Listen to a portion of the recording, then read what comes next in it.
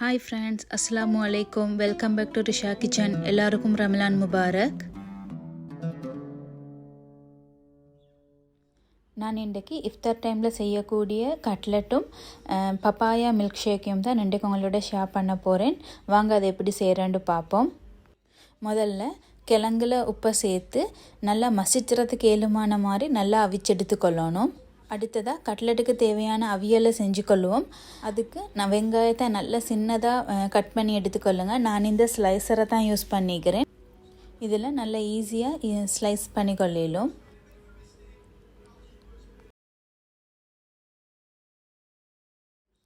ஒரு பேனில் தேவையான அளவு ஆயிலை சேர்த்துக்கொள்ளுங்க. நான் ஆயில் கொஞ்சமாக தான் சேர்த்துக்கொள்கிறேன். ஏன்னு சொன்னால் நான் இன்றைக்கி ஃபிஷ் கட்லெட் செய்கிறதால ஃபிஷ் டின்லேயும் ஆல்ரெடி ஒலிவ் ஆயில் இருக்கும். ஸோ நான் அதையும் எனக்கு சேர்த்துக்கொள்ளும். அதனால தான் நான் கொஞ்சமாக ஆயில் சேர்த்திக்கிறேன். இப்போ அதில் நாங்கள் ஸ்லைஸாக சின்னதாக வெட்டின ஒனியனை சேர்த்துக்கொள்ளுங்க. அதோடைய க்ரீன் சில்லி, கருவேப்பிலை ரெண்டையும் சேர்த்து கொஞ்சம் மிக்ஸ் பண்ணுங்கள். அடுத்ததாக தேவையான அளவு உப்பு, மஞ்சள், கியூமின் பவுடர், நச்சீரகத்தூள், சில்லி ஃப்ளேக்ஸ் இது எல்லாத்தையும் சேர்த்து நல்லா மிக்ஸ் பண்ணுங்கள். அடுத்ததாக டூனா ஃபிஷ் டின்னையும் சேர்த்துக்கொள்ளுங்க. உங்கள்கிட்ட எந்த ஃபிஷ் டின்னிக்கிறோ அதை நீங்கள் சேர்த்துக்கொள்ளும். அடுத்தது நீங்கள் சிக்கன் கட்லெட் செய்கிறண்டா சிக்கன், பீஃப்ண்டா பீஃப், அப்படி உங்களுக்கு தேவையானதை நீங்கள் சேர்த்துக்கொள்ளுங்க. அதுகளை நீங்கள் சேர்க்க போக்கல பீஃப் கட்லெட், சிக்கன் கட்லெட் சேர்க்க போக்கல நீங்கள் அதை அவிச்செடுத்து சேர்த்துக்கொள்ளுங்க. அவியல் வதங்குற டைமில் நாங்கள் மாவு மிக்சரையும் ரெடி பண்ணுவோம். அதோடைய பிரெட் க்ரம்ஸையும் நாங்கள் செட் பண்ணி வச்சுக்கொள்ளணும். பிரெட் க்ரம்ஸ் உங்களுக்கு ஷாப்பில் வாங்கினாலும் சரி, இல்லாட்டி உங்களுக்கு வீட்டிலே அதை செஞ்சு கொள்ளையிலும். ப்ரெட்டை கொஞ்சம் ரோஸ்ட் பண்ணி அதை நீங்கள் அரைச்செடுத்து கொண்டாலும் சரி. இப்போ அவிச்செடுத்த கிழங்க நல்லா மசிச்செடுத்து எங்களுடைய இந்த அவியலில் நாங்கள் நல்லா மிக்ஸ் பண்ணி எடுத்துக்கொள்ளணும். அதில் 2 டீஸ்பூன் மிளகுத்தூளையும் சேர்த்துக்கொள்ளுங்க. உங்களோட ஸ்பைஸ் லெவலுக்கு ஏற்ப நீங்கள் அதை கூட்டி குறைச்சி கொள்ளையிலும். இப்போ கட்லெட்டை ஷேப் பண்ணி எடுக்கணும். அதுக்கு நீங்கள் ஸ்பூனால் சரி, உங்களோட கையால் சரி, கட்லெட் அந்த அவியலால் கொஞ்சம் எடுத்து அதை நீங்கள் ஷேப் பண்ணி எடுத்துக்கொள்ளுங்க. ஷேப் பண்ணி எடுத்த அந்த கட்லெட்டை மாவு மிக்சரில் கொஞ்சம் நல்லா பிரட்டி எடுங்க. எல்லா பக்கத்துக்கும் அந்த மாவு நல்லா கோட்டாகிற மாதிரி பிரட்டி எடுங்க. பிரட்டி எடுத்தது பிறகு அதை பிரெட் க்ரம்ஸ் எல்லா பக்கத்துக்கும் கோட்டாகிற மாதிரி நல்லா நீங்கள் அதை மிக்ஸ் பண்ணி எடுக்கணும். ஏன்னா எதனாவது ஃப்ரீஸ் பண்ணி வைக்கிறதால நான் நல்லா பிரெட் க்ரம்ஸ் எல்லா பக்கத்துக்கும் கோட்டாகிற மாதிரி செஞ்சு கொள்ளணும். இப்படி நீங்கள் ஒவ்வொரு கட்லெட்டாக செஞ்சு எடுத்துக்கொள்ளுங்க.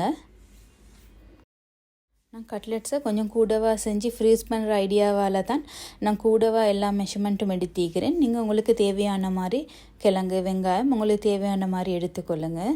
நீங்கள் கொஞ்சம் கூடுதலாக செஞ்சு வச்சிங்கன்னா உங்களுக்கு டயர்ட் இல்லாமல் இருக்கும். அடுத்த நாள் செய்ய போக்குள்ள கொஞ்சம் டயர்ட் இல்லாமல் உங்களோட வேலைகளும் குறைவாக இருக்கும். நோம்பில் அமல் செஞ்சு கொள்ளணுமென்றதால இப்படி செஞ்சு வச்சோம் வேண்டாம், எங்களுக்கு நல்லா டைம் கிடைச்சும்.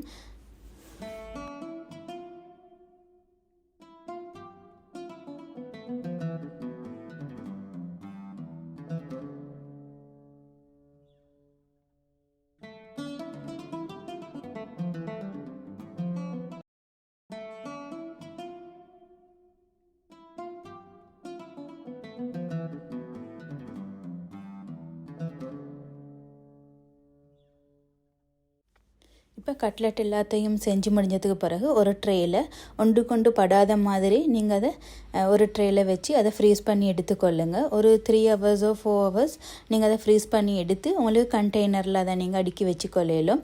அப்போ உங்களுக்கு தேவையான மாதிரி ஒவ்வொரு நேரத்துக்கும் அதை உங்களுக்கு பொரிச்சு எடுத்துக்கொண்டா சரி. பொரிக்க போக்கில் நீங்கள் மிச்ச நேரத்துக்கு எடுத்து வெளியே வைக்கணுமென்ற ஒரு தேவையும் இல்லை. அப்படி மிச்ச நேரம் வெளியே வச்சிங்கண்டா கட்லெட்டை பொரிக்கக்குள்ள அது உங்களுக்கு உகுந்து போகிற மாதிரி அது உடஞ்சிடும். ஸோ நீங்கள் ஃப்ரீசர்லேருந்து எடுத்த உடனே நீங்கள் கட்லெட்டை பொரிச்சிடுங்க. உங்களுக்கு பெட்டிஸ் மிஞ்சேண்டு சென்னாலும் அதையும் உங்களுக்கு ஃப்ரீஸ் பண்ணி வைக்கலும். ஆனால் ஒன்றும் ஒன்று படாத மாதிரி தான் நீக்கணும். பட்டிச்சேண்டா நாங்கள் அதை ஃப்ரீஸ் பண்ணிவிட்டு அதை வெளியில் எடுத்து யூஸ் பண்ண போக்கல எங்களுக்கு அதை அதுலேருந்து ஒன்று அதை கலட்டி எல்லாம் மேய்க்கும். பொரிக்க போக்கல ஹீட்டை மீடியம் அளவில் வச்சுக்கொள்ளுங்க. அடுத்ததாக பப்பாயா மில்க் ஷேக் எப்படி செய்கிறேன்னு பார்ப்போம். பப்பாயாவை சின்ன மீடியம் சைஸில் கட் பண்ணி எடுத்துக்கொள்ளுங்க. அதுக்கு மில்க்கும் டேட் சிரப்பும் தான் நான் யூஸ் பண்ணிக்கிறேன். நான் சுகர் யூஸ் பண்ணலை, கொஞ்சம் ஹெல்த்தியாக இருக்கட்டும்னு சொல்லி டேட் சிரப்பை தான் நான் யூஸ் பண்ணிக்கிறேன். உங்கள்கிட்ட டேட் சிரப் இல்லாட்டி நீங்கள் 2-3 ஈச்சப்பழத்தை அதில் இருக்கிற சீட்ஸை எடுத்துட்டு நீங்கள் இந்த பப்பாயாவை இப்போ பிளெண்ட் பண்ணுற டைமில் நீங்கள் இதில் டேட்ஸையும் சேர்த்து கொண்டீங்கன்னு சொன்னால் நீங்களும் சுகர் எட் பண்ணணுமெண்டு இல்லை. முதல்ல நான் ஃப்ரெஷ் மில்கை சேர்க்க போக்கல கொஞ்சமாக தான் ஃப்ரெஷ் மில்கை சேர்த்திக்கிறேன். ஏன்னு சொன்னால் பப்பாயா பார்த்தா நல்லா பிளெண்ட் ஆகி நல்லா அரைப்பட்டு வரும். அதில் நீங்கள் கொஞ்சம் உப்பையும் சேர்த்துக்கொள்ளுங்க. இப்போ எங்களோட பப்பாயா வந்து நல்லா அரைப்பட்டு வந்திக்குது. இப்போ நீங்கள் இதில் 4-5 ஐஸ் க்யூப்பும் தேவையான அளவு எவ்வளோ மில்க் ஷேக் தேவையோ அவ்வளோக்கு தேவையான அளவு மில்கை நீங்கள் அதில் சேர்த்துக்கொள்ளுங்க. ஃப்ரெஷ் மில்க் இல்லாட்டி நீங்கள் எங்கரால் ஒரு 2-3 ஸ்பூன் நீங்கள் சேர்த்துக்கொண்டாலும் சரி. இப்போ பப்பாயா மில்க் ஷேக் ரெடி. இதை சர்வ் பண்ண போக்கல மேலால் கொஞ்சம் டேட் சிரப்பையும் சேர்த்து நீங்கள் சர்வ் பண்ணுங்கள். 2 ஈஸியான டேஸ்டியான ரெசிபீஸை ஷேர் பண்ணிக்கிறேன். இந்த வீடியோ பிடிச்சிருந்தால் லைக் பண்ணுங்கள், ஷேர் பண்ணுங்கள், கமெண்ட் பண்ணுங்கள். புதிய வியூவர்ஸ் பார்த்துட்டு இருந்தால் ப்ளீஸ் சப்ஸ்கிரைப் பண்ணுங்கள். தேங்க்யூ ஃபார் வாட்சிங்.